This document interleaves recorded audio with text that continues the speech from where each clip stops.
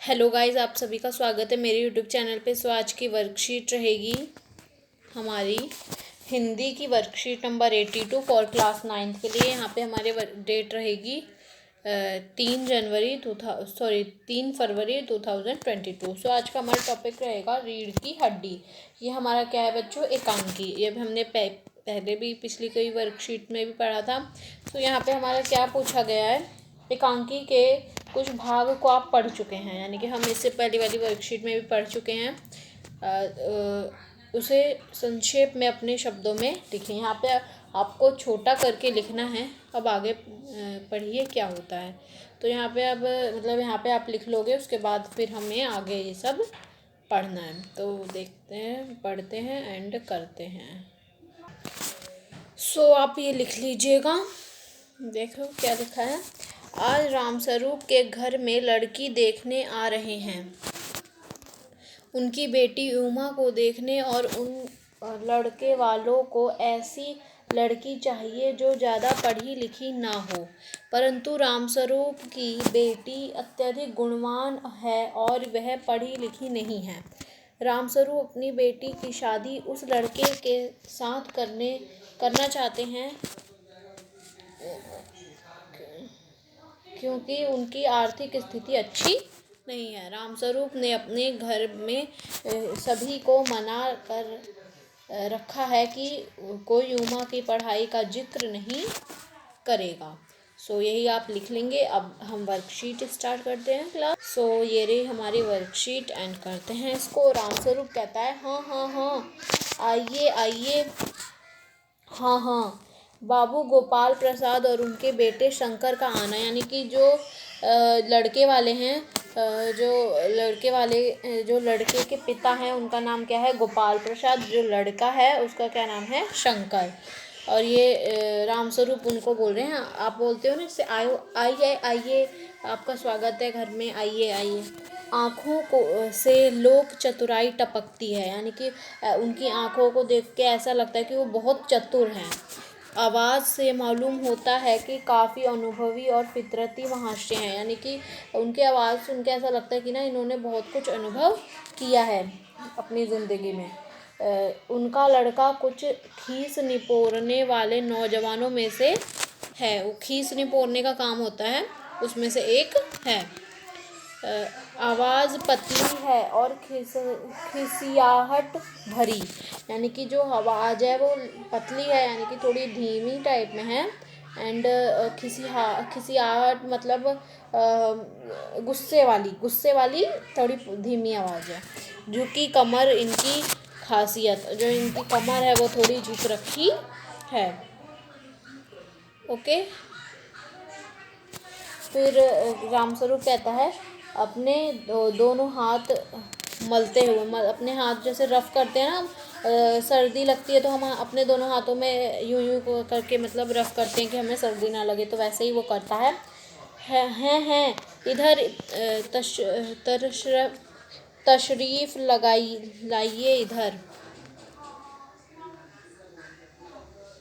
वो कहते हैं इधर तशरीफ लाइए, इधर तशरीफ लाइए। तो फिर क्या, बाबू गोपाल प्रसाद बैठते हैं, मगर बेंत गिर पड़ता है। जहाँ पे वो बैठते हैं वही बेंत जो होता है वो गिर पड़ता है। फिर रामस्वरूप कहता है, ये बेंत लगाई मुझे दीजिए। यानी कि वो बोलता है कि ये बेंत लगाइए, ठीक है। तो फिर बोलता है रहने दीजिए, मतलब आप मुझे दीजिए। कोने में रख देते हैं, सब बैठते हैं, सब फिर बैठते हैं। हाँ हाँ, मकान ढूंढने में तकलीफ तो नहीं हुई। हाँ हाँ मतलब होता है बच्चों, ये हाँ हंस रहा है, हाँ हाँ हाँ हाँ ऐसे वाला। ओके। मकान ढूंढने में कोई तकलीफ तो नहीं हुई। फिर जी बोल रही हूँ, बिंदु प्रसाद यानी कि गोपाल प्रसाद खखार कर, यानी कि करके, नहीं तांगे वाला जानता था, और फिर हमें तो यहाँ आना ही था, रास्ता मिलता नहीं कैसे। ओके।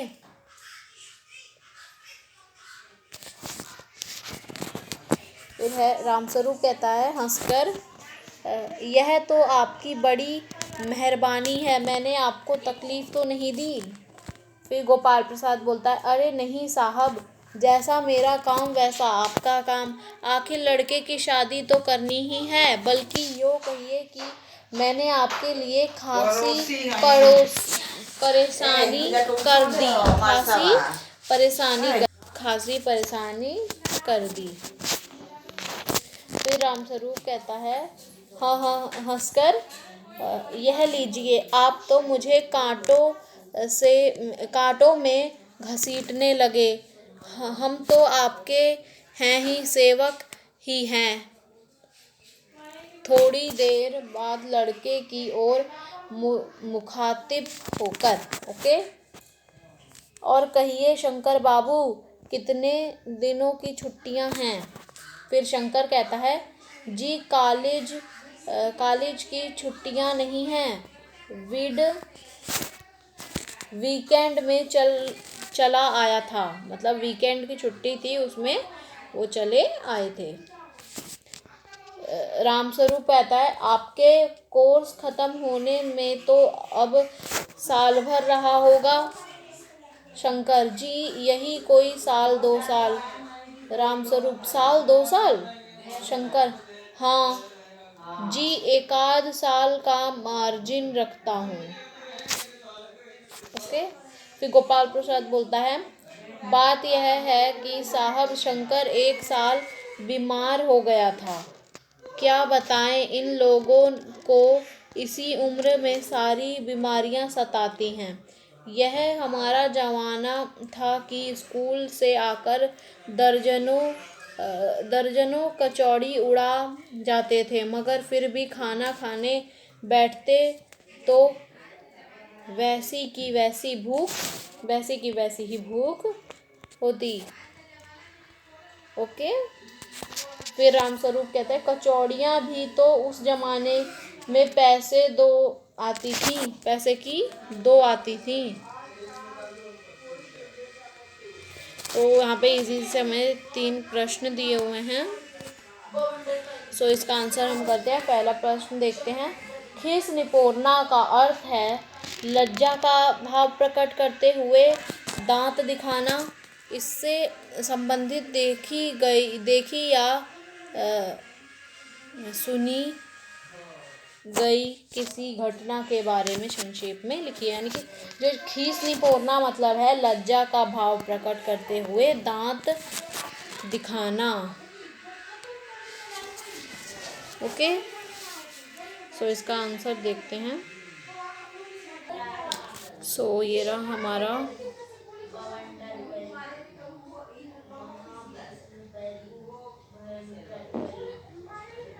हम देखते हैं इसका आंसर। एक बार मैं और मेरे पिताजी दोनों ट्रेन से जा रहे थे, तभी एक चोर ने हमारे सामने एक व्यक्ति की जेब से पैसे निकाल लिए, और जब उसने देखा कि हमने उसे देख लिया है तो वह खीस निपोरने लगा। तो यही था हमारा question number 1 and question number 2 देखते हो। एकांकी के उपयुक्त अंश को पढ़कर बाबू गोपाल प्रसाद और शंकर के स्वभाव के बारे में आपको क्या पता चलता है, लिखिए।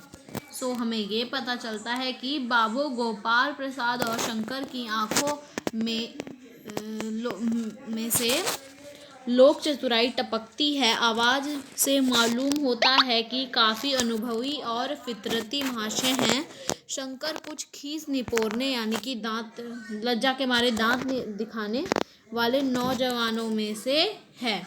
आवाज़ पतली है, दोनों ही रूढ़िवादी सोच के हैं। रूढ़िवादी सोच यानी कि लड़कियों को अपने से कम देखने वाले हैं। अब क्वेश्चन नंबर 3 देख लेते हैं। सो हमारा क्वेश्चन नंबर 3 ये रहा। रामस्वरूप, ये एक में कर लेना बच्चों। रामस्वरूप के संवाद या बातों से चापलूसी और दिखावा झलक रहा है। आपके विचार से ऐसा क्यों कर रहा है? रामस्वरूप गोपाल प्रसाद और उसके लड़के को उनकी सोच के कारण खास पसंद नहीं करते थे। लेकिन अपनी बेटी के भविष्य को देखते हुए वह उसकी शादी गोपाल प्रसाद के बेटे से कराना चाहते थे। इसलिए रामस्वरूप गोपाल प्रसाद और उसके बेटे की चापलूसी कर रहे थे कि कहीं वह मना ना कर दें इस रिश्ते के लिए। ठीक है बच्चों, यही थी हमारी आज की वर्कशीट। अगर आपको मेरी वर्कशीट में डाउट है तो आप मुझे कमेंट में बता सकते हैं। एंड आपको किसी भी वर्कशीट पे एंड चैप्टर्स की समरी चाहिए तो आप मुझे कमेंट में बता सकते हैं। एंड आपको मैं अभी मैथ्स की वीडियो नहीं बनाती हूँ, वैसे आपको चाहिए तो आप मुझे बता सकते हैं। सो बाय, अब हम मिलते हैं नेक्स्ट वीडियो।